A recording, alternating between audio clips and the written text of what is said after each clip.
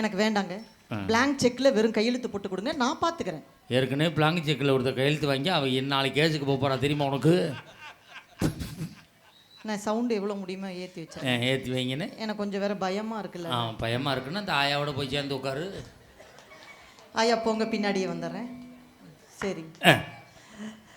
தமிழே, யுத்தத்தில் வாளிலிருந்து பிறப்பாய், இரத்தத்தில் தூய்மையாக இருப்பாய், முத்தத்தில் தாய்மையாக சிறப்பாய், மொத்தத்தில் முத்தமிழாய் சிரிப்பாய். உன் நடிக்கு வளர்மதியின் பிறை வணக்கம். உட்கார்ந்திருப்போர் அனைவருக்கும் என் நிறை வணக்கத்தை தெரிவித்துக் கொண்டு கைத்தட்டல் பறக்குதுன்னா என்ன அர்த்தம்? இந்த காலன்னு அர்த்தங்க. நடுவர்களே, ஒவ்வொரு ஊருக்கு ஒவ்வொரு பெருமை இருக்குங்க.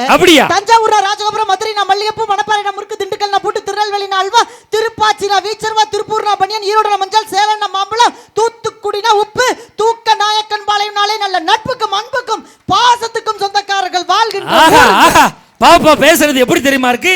ஈரோடு பஸ் ஸ்டாண்ட்ல துண்டை வச்சு டப்பா வச்சு வியாபாரம் பண்ணுவான் பார்த்திருக்கீங்களா சார்? வல்லாரம் லேகேஷ் சார் எங்க கம்பெனியோட விளம்பரத்துக்கு விற்கிறோம் சார். சின்ன பிள்ளைக்கு பின்னாடி பார்க்க, பெரிய பஸ் பின்னாடி பார்க்க. நம்ம கிராமத்தில் வறுக்க கல்ல கத்தல பறக்கி வைக்க கட்டில வரப்பு கட்டில கல்யாண கட்டில வைக்க படிக்கிட்டு அல்ல வரல பிறகு வரல பறக்கு சார். இங்க வெள்ளாயத்தில் ஒரு உருண்டை சாப்பிட்டு பாருங்க சார். சும்மா 5:30 மணிக்கு திரும்ப தட்டி எழுப்புவோம் சார். அண்ணனுக்கு ஒரு டப்பா கொடு. பட்டிமன்றம் இல்லைன்னா எங்க நடுவருக்கு ஒரு வாய்ப்பு இருக்குது, வேற வேலை வாய்ப்பு என்பதை தெரிந்து கொண்டு நான் பேசுறது நல்லா இருந்ததா மட்டும் நீங்க கைத்தட்டல் கொடுங்க. இன்னுங்க கைத்தட்டல்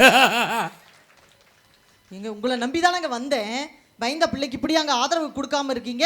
பயத்தை கண்டு அஞ்சியதும் இல்லை, பாசத்தில் எங்க தூக்கநாயக்கன் பாளைய மக்களை மிஞ்சியதும் இல்லை என்று எனக்காகவே கைத்தட்டல் போட வந்திருக்க மக்கள்ங்க கொஞ்சம் பேர் கைத்தட்டல. ஏன்? அவங்க வெளியூர்ல இருந்து வந்திருப்பாங்க. பரவாயில்லைங்க. நான் இறங்கி வரும்போது ஒரு பாட்டி என்ன பார்த்து சொன்னாங்க. என்ன சொன்னாங்க? அந்த மாரியம்மனே நேர்ல வந்த மாதிரி ஒரு பிள்ளை வந்திருக்கே, அந்த பிள்ளை பேச்ச கேட்டுட்டு தாப்பா. அந்த பாட்டி யாருன்னு பாரு. யாரு? கண்ணுக்கு செக் பண்ணணும். உன்னே மாரியம்மன் சொல்லிக்க, பாட்டிக்கு தான் பிரச்சனை. அழகா பெண்கள் எல்லாம் வாத்தியாடா பாட்டிகளுக்குள்ள ஒண்ணு பாராட்டிக்கிட்டு இருக்குதுங்க. ஹலோ, அத ஒரு கொள்ளுதாத்தா சொல்லாமா? கேரள பெண்கள் சிரிச்சாதாங்க அழகு. எங்க தூக்கநாயக்கம் பிள்ளையும் பெண்கள் முறைச்சாலே அழகு. அவ்வளவு அழகா சிரிச்சு ரசிச்சுட்டு இருக்காங்க. கொஞ்சம் பேர் முறைச்சே பாக்குறாங்களோ. நடுவர்களே, பனிக்குடம் உடைந்து இந்த பூமிக்கு நாம் வருகின்றோம். மண்குடம் உடைந்து இந்த பூமியை விட்டு செல்கின்றோம். இடையில் வாழும் காலங்களில் யார் மனதையும் உடைக்காமல் வாழ்வோம். அப்பொழுதுதான் வாழ்வு மகிழ்ச்சியாக இருக்கும் என்று சொல்லி உங்களை பத்தி ஒரு 4 வரி கவிதை சொல்லுமா. நடுவரை பத்தி ஒரு 4 வரி கவிதை சொல்லுமா. புகழின் பின்னால் நீ போனால் பொய்மான், உன் பின்னால் புகழ் வந்தால் நிஜமான், அப்போதுதான் நீ அதற்கு எஜமான் என்று சொன்ன கவிதை வரிகளுக்கு ஏற்ப நிஜமானாகவும் எஜமானாகவும் வீட்டிருக்கக்கூடிய எங்கள் நடுவர் அவர்களே, நீ மான பத்தி சொன்னதுனால சரி உன்கிட்ட ஒரு நான் மான் கேள்வி கேட்கவா? மான் கிட்ட மான் கேள்வி தானே கேட்க முடியும். இது என்னடா கொம்புள்ளாத மான்? கேளுங்க கேளுங்க அண்ணா, கேளுங்கண்ணே கேளுங்க. கேக்குறேன். ஒரு ஊர்ல 2 மான் இருந்தது. சரி. ஒரு மான் பேர் திரும்பவும் சொல்லு, ஒரு மான் பேர் திரும்பவும் சொல்ல மாட்டேன். சரி. 2 மானும் ஆத்துல தண்ணி குடிக்க போச்சு. சரி.